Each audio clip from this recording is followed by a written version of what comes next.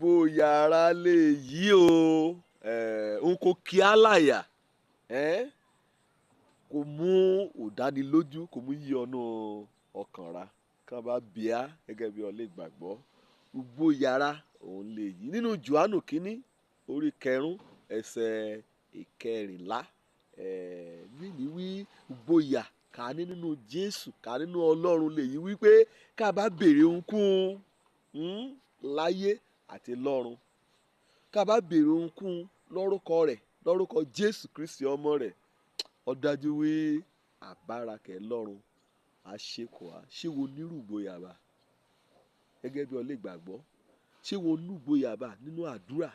Ṣé wo nírú ìgboyà bá nígbà kan bá ké sọ́lọ́run? Ṣé wo nírú ìgboyà bá nígbà kan bá rè ọ́ àbí ohunkóhun bá kà ọ́ láyà, títí dójú ikú? Ṣé wo nírú ìgboyà bí èyí ni wí kó bá gbàdúrà, kó bá ké sọ́lọ́run Olódùmarè, wí á ṣeun kò í béèrè lórúkọ ọmọ rẹ̀ Jésù Kristi. Nígbà kan yẹn bá ti bí ìgbàgbọ́ dé ìkóríta ìgboyà ni, Ọlọ́run gáàrè tí á máàkì orúkọ rẹ̀ lọ́run wí àdúrà rọ̀ ní èṣù kan kò dáhùn rẹ̀ kàn sún yín dọ̀la. Torí pé ọdún bá ti ní ìdánilójú nínú ìlérí Ọlọ́run, torí Jésù fúnra rẹ̀ ní wíwá ike bá béèrè ohunkóhun lọ àbá òun kẹ́ lọ́run, gẹ́gẹ́ bí nǹkan bá òfẹ́ rẹ̀ mu, ẹ á ṣe kò yín. Ọlé ìgbàgbọ́ gbọ́dọ̀ ní ìdánilójú ni, ìgboyà lè yí káyìn pẹ̀lú ìgboyà. Ìgboyà ni pé kọ̀ọ̀yàn ní ìdánilójú. Ìdánilójú gan fún ara rẹ̀ mọ́kàn ní balẹ̀, fúnni lálàáfíà. Ìdánilójú wí orúkọ Jésù Kristi ni, wí èyàn ré ni bọ́, wí èyàn já ni kulẹ̀, wí èyàn dojú ti ni. Ìdánilójú wí pé orúkọ ni èyàn pàtì ní àgbàlá Ọlọ́run. Ìdánilójú wí Ọlọ́run á gbọ́ àdúrà èèyàn ọmọ ẹtẹ rẹ̀ kàn nínú Kristi Jésù, kàn ti rà án padà nínú ẹ̀jẹ̀ Jésù Kristi, kàn ti di àjùmọ̀jogún pẹ̀lú Kristi Jésù. Ìdánilójú wí àlébẹ̀ wí kàn bá ké pe Ọlọ́run, bóyá lóru ni o, lè dájí ni o, nínú ilé ìgbọ̀nsẹ̀ ni, níbikíbi, nínú ìṣòro ni, nínú ewu ìjàmbá ọkọ̀ ni, nínú aginjù ni, láàrin ajínigbé ni, ìdánilójú ní gbọdọ̀ àlébẹ̀ wí pa.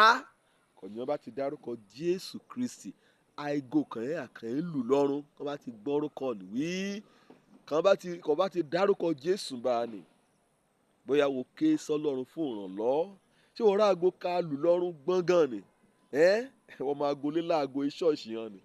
Èyí ká lù ká jẹ́ pé káàkiri kété ọ̀run náà tí a gbọ́ wá ni áńgẹ́lì á dìde láti yá mú ìdáhùn á sí ìbéèrè ro ọ̀nìbà. Ìdánilójú ra lè yí ni, ìgboyà gan òun lè yí ni. Ọ̀yàn gbọ́dọ̀ lùgboyà, òun la mi rọ̀ lójoojúmọ́.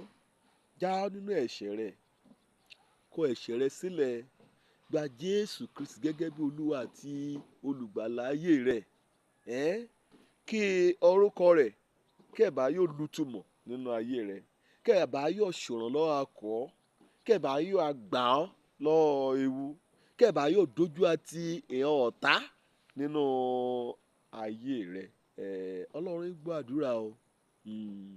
Kọ́ nìkan bá wí kò gbójúlé, wí hàn wí kéèmó rò ọ́ pin. Ó ṣeé ṣe kọ́ mọ́ ga tó létọ́ra, ó ṣeé ṣe kọ́ mọ́ sanra, ó ṣeé ṣe kó mọ́ fìrì gbọ̀n, ṣùgbọ́n wí hàn wí ògboyà kan ní, wí ń kọjọ́ tẹsẹ̀ mọ́rin, wí ń kọjọ́ gbóngbèsè ògbàgbọ́ ni, wí ń kọjọ́ ọmọ wí á ṣeé ṣe, wí ń kọjọ́ ọmọ wí ọmọ rẹ̀ nìyẹn á kú mọ́ ọ lójú, wí ń kọjọ́ ọmọ wí ọmọ kọrùn rìn àrè lọ wọ́n ti á padà súlé, wí ń kọjọ́ ọmọ wí pé ẹbí rẹ̀ wẹ́ àdàrú, wí ń kọjọ́ ọmọ wí pé wàá lu àlùyọ ṣáá ni kó ti wù kí ọrọ̀ ajé ibi kan igbé ni kí ti rí. Wí hàn wí ìgboyà rẹ̀ lọ́dọ̀ Ọlọ́run kò mú dá lójú wí á ṣeé ṣe, òun náà ni orúkọ Jésù Kristi kọ́ ọ ní ọ̀run kọ̀ọ̀kan jẹ́ pé títí ayérayé lé àṣùṣẹ́. ọ̀run kọ̀ọ̀kan jẹ́ pé á mú ìlérí Ọlọ́run á mú á sí òmúṣẹ nínú ayé ọ̀nìyàn. ọ̀run kan kò ju kété ọ̀run kan ni, ọ̀run kan kò borí kété òṣòro ni. ọ̀run kọ̀ọ̀kan jẹ́ pé àbá rẹ̀ ti mọ̀ kọ́ ti yàn kọ́ ti sàlẹ̀sà. ọ̀run kọ̀ọ̀kan jẹ́ pé òun àtàbá rẹ̀ òun náà ọ̀kan nínú ẹ̀yà. ọ̀run kọ̀ọ̀kan jẹ́ pé á mú ìlérí á mú èrí á sínú ayé ìrákọ̀bá ti gbàgbọ́. gbogbo yàrá lè yí ni, gbogbo yàrá lè wí ọmọ Ọlọ́run ṣàṣetì. gbogbo yàrá ni wí kàn bá ti ké sí àdá lóhùn. gbogbo yàrá ni wí kàn bá béèrè ohunkóhun gẹ́gẹ́ bí òfẹ́ àbárẹ̀kẹ́ lọ́rùn. gbogbo yàrá ni wí àṣẹ. ṣé wọ́n olúgboyà bá gẹ́gẹ́ bí ọlẹ́ gbàgbọ́? ṣé wọ́n gbàgbọ́ wí òlérí rẹ̀ wí èyí òkùnà? Òjó lorúkọ mi, ọmọ àbálábí tán ọ̀nì kan gbàlà káríbi dé sílé ìjọba Ọlọ́run. Ire o.